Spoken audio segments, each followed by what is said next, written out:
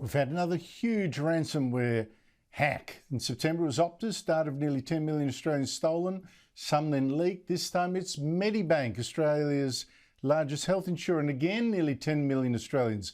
Personal data stolen, including no doubt the data of many of us. And once again, the hackers are demanding ransom, or they will publish the data. Well, today they said Medibank says it refuses to pay. Joining me is top technology commentator Trevor Long, who produces two popular podcasts, EFTM and Two Blokes Talking Tech, which we'll now do right here. Trevor Long, thank you so much for your time. How serious is this latest hack and how will it hurt us?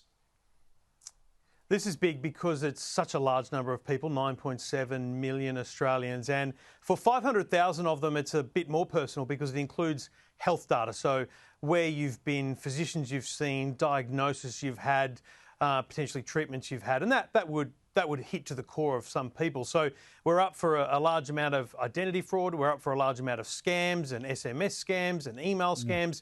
And likely we're up for a lot of personal ransoms. So all those people are likely to be victims of individual ransoms being asked, given that Medibank and no others would pay the ransom. How do you mean ransom? Like if you don't pay up, we're going to release this data about you? Spot on. Imagine they've got health information that shows a mental health concern or a sexually transmitted disease, something like that. Gosh, and yes. they know that, and they'll send an email and say, unless you give us $1,000 in Bitcoin, we'll tell your employer or we'll tell your friends. And for some people, that'll be like, well, that's disappointing, but I'll move on. But for enough people, that will scare them and that will make them think about paying. And that's exactly the thing that the hackers will be trying to play on. Trevor, that is frightening. Who will have done this, do you think?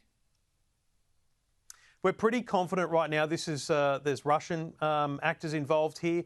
There's a group that a couple of years ago was very active in the ransom space, but was actually shut down by Russian authorities, and some of them were arrested. But since, I guess, political tensions have changed and the geopolitics have been a different world, perhaps those people are now back and doing their best, and it's that same group or a splinter spin-off of that group that appear to be behind this latest claim that they'll release that data potentially as early as midnight tonight. So what can we do to protect ourselves?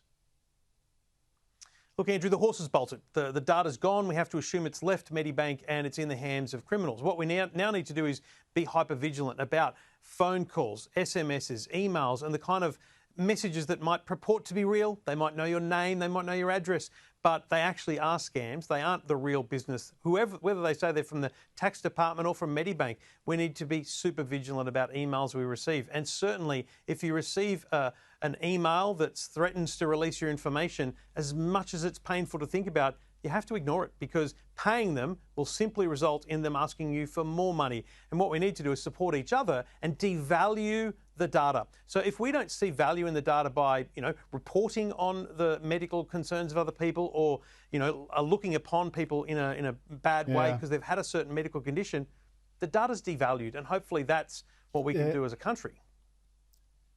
Trevor Long, what frightening prospect. Thank you so much indeed for your time. Really appreciate it.